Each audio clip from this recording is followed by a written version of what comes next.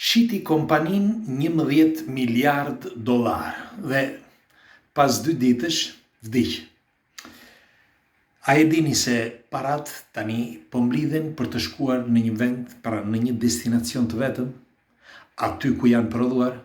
Ndiqeni me vëmendje këtë material, sepse në radhë të parë njerëzit duhet kuptojnë botën që na rrethon, por së dyti, që është më e rëndësishmja, se si do të shkojnë ngjarjet pasi të mblidhen parat në mbar botën. Si gjithmonë kush është rastisht dhe nuk i ka bërë ende like faqes, do t'i lutesha t'i bëj like faqes, shihemi sërish dhe faleminderit që jemi përbashkë. Mike Lynch, një nga biznesmenët më të mëdhenj anglez, kishte një shoqërinë e tij, një kompani, dhe shiti kompaninë e tij për 11 miliard dollar. Dhe pasi shiti 11 miliard dollar, e akuzuan ata që blen. E akuzuan që ai kishte fryrë çmimin. Okay? Dhe filloi gjyqi. Mirë po, gjyqi zgjati për 12 vjet. Po. Dhe sidoqoftë, pas 12 vjetësh i dhanë të drejtë Majkut, sepse kishte rritje kompania. Mirë po, pas 2 muajsh, parafërsisht, sepse ata ishte me një shok, ishin 2 shok bashkë, me fjalë që bashkëpunonin dhe kishin krijuar edhe kompani të tjera, edhe investime të tjera. Dhe Stephen Chamberlain, mos gaboj, shoku i tij, pas 2 muajsh, më falni, teksa po bënte jogging, për të mbajtur për të ecur me vrap, një grua 49 vjeçare nuk e pa dhe ops e përplasi dhe ai u përplas keq, sepse të vret një njeri me makinë teksa ti bën jogging, vritesh keq dhe si përfundim, kur e çuan në spital ai vdiq. Dhe pas 2 ditësh, siç ju thash, ky zotëria, pra Mike Lynch, me një jat që kishte përballuar edhe suferinat më të mëdha dhe më të forta të deteve dhe oqeaneve, u përmbys dhe vdiq edhe ai. Shumë prej jush tani, dhe lexova disa komente dhe disa artikuj, dhe brenda këtyre artikujve kishte disa komente vërtet për të ardhur keq, sepse një pjesë e njerëzve asgjë nuk e kanë iden fare se çfarë po bëhet. Jo sepse unë di gjithçka, absolutisht jo, por duke studiuar këto gjëra prej vitesh, kemi arritur në konkluzion që paraja një ditë nuk do jetë më si sot, pra nuk do të jetë më si t'ja u them, nuk më vjen tani në shqip, cartaceo. Nuk do të jetë letër, por do të jetë virtuale. Dhe çfarë ndodhi tani? Disa njerëz mendojnë që ndoshta ishte një rastësi. Të tjerë thonë që nuk mund të jenë një rastësi, që këta vdiqin njëri pas tjetrit me siguri vërtet të madhe, qoftë ai që bënte jogging sepse kishte bodyguard e tjerë, dhe bodyguard çuditërisht atë moment nuk kishin aty. Dhe u kanë dhënë ndonjë karamele si duket diku, dhe ndërsa ky zotëria që kishte një jat, siç ju thash, shumë të fuqishëm, që kishte kaluar dete dhe oqeane, dhe u përmbys. Dhe vdiq edhe ky. Tani shumë njerëz mendojnë që këto janë rastësi, ose të tjerë thonë që okej, sepse kompania që ai kishte luftuar me të për 12 vjet, ndoshta i bëri puçin. Mirë po, janë pikërisht duhet gjetur shkaku gjithmonë, janë disa që rrin pas që gjejnë shkakun, sepse duhet gjejnë shkakun e diçkaje për të vënë poshtë dikë. Dhe tani do t'i them. Unë mendoj, është vetëm thjesht teori konspirative. Unë mendoj që të gjitha parat dal nga dal do të mblidhen në një vend të vetëm, pra aty ku kanë dalë, ku janë stamposur parat. Dhe në qoftë se ti ke para pa dyshim do të vi momenti që do t'i marrin. Tani, dikush do thotë, po mirë, ai duke i patur në bank mund të ndryshojnë, nëse e ka vendosur shteti që të ndryshojë monedën që është letër dhe ta vendos virtuale. Por prisni, sepse këtu është sekreti. Sekreti qëndron që do të mblidhen fillimisht të gjitha paratë, sepse për t'i hequr pushtetin shumë njerëzve. Sepse paraja krijon pushtet, dhe pushteti nuk duhet të jetë i të gjithëve, por i vetëm njerit.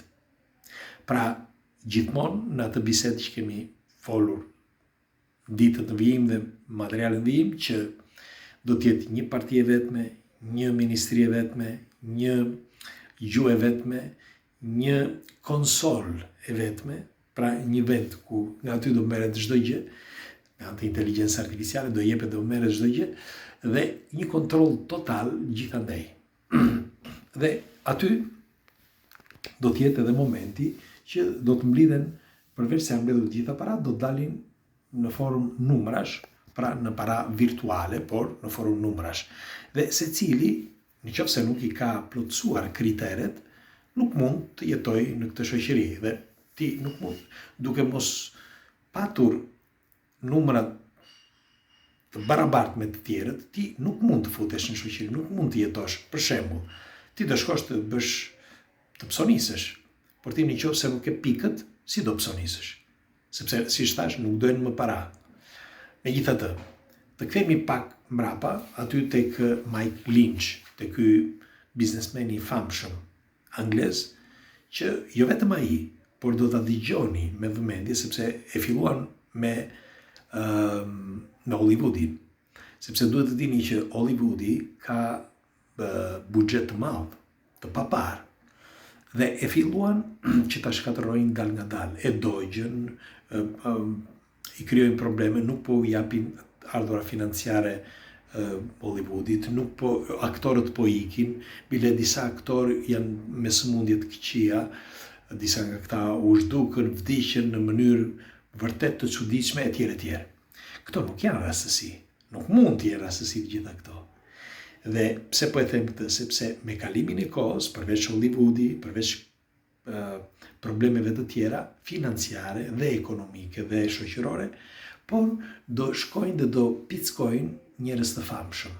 Do ta mbani mend këtë, se e kanë filluar me Einstein, me si thashë Hollywoodin edhe tjerë, dhe dal nga dal do arrin, sepse po e bëjnë edhe me shumë delikatesë edhe me mbretërinë e madhe, me familjen mbretërore, por shumë nga dal, sepse Carlo tashmë është pjesë me ta, dhe ai rri urt, nuk e mbyll gojën. Dhe po thoshe që pse kjo, sepse, si që kam thënë, deri në vitin 2030 është një agjendë, quajtur Agenda 30, dhe Agenda 30 është me vonesë, sepse çdo gjë duhet ishte gati brenda vitit 2030, në mënyrë që nga viti 2030 deri në vitin 2050 të fillojë zhvillimi i madh, zhvillimi psikofizik i njeriut. Dhe atë që kemi thënë gjithmonë, zhvillimi psikofizik ka të bëjë në atë parë me ADN-n e njeriut, do të ketë një zhvillim. Por e dyta që është akoma më e rëndësishme, duhet me se s'bën që inteligjenca artificiale dhe zhvillimi teknologjik të ndihmojë njeriun. Por kjo, pra zhvillimi, është kosto. Nga do t'i marrin parat?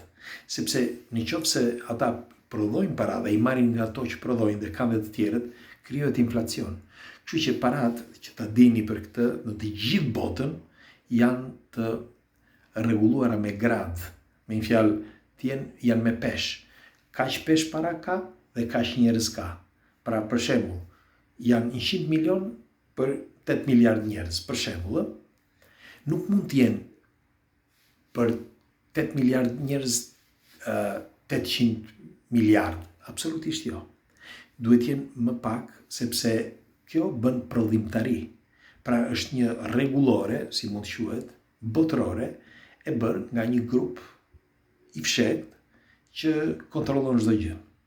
Sepse mendohet si gjithmonë. Por po thoshe që nëse nuk ka një kontroll, njeriu do hante vetveten, do hante njëri tjetrin. Kështu që pra logjika të qonë, në qoftë se ato janë parat dhe i ka njeri, tjetri dhe tjetri, dhe ty të duhen që ti të përgatitesh njerëzit për nesër, si do t'ja bësh? Do ja marrësh ati. Sepse, si që thash, ti nuk i prodhon dot të tjera. Nëse prodhon të tjera, krijohet inflacion. Dhe ti bie, rrëzohesh. Pra, duhet ketë, për shembull, në një familje, e zëm, do t'ja u kështu, më të thjesht, në një familje, në qoftë se ka një familje me 10 antar, dhe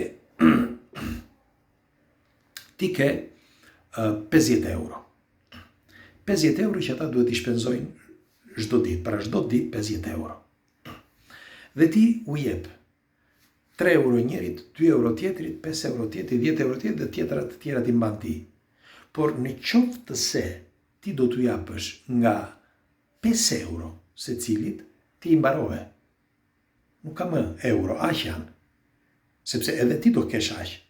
Por në qoftë se dikush nga ta do i shpërdoroj, ti në të parë njerë, nuk bën dot asgjë. E dyta, ti nuk prodhon dot të tjera, sepse si do punojnë ata? Ku do shkojnë?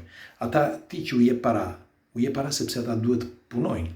Dhe ti në qoftë se ti prodhon për veten tënde parat, ata nuk do punojnë. Se ti po u jep gjithmonë 50. Nuk e di më kuptoni apo jo. E njëjta gjë pra ndodh edhe me botën atje jashtë, që nuk mund të lindësh nga hiçi para të tjera, por duhet të marrësh ato që janë hedhur aktualisht në popull.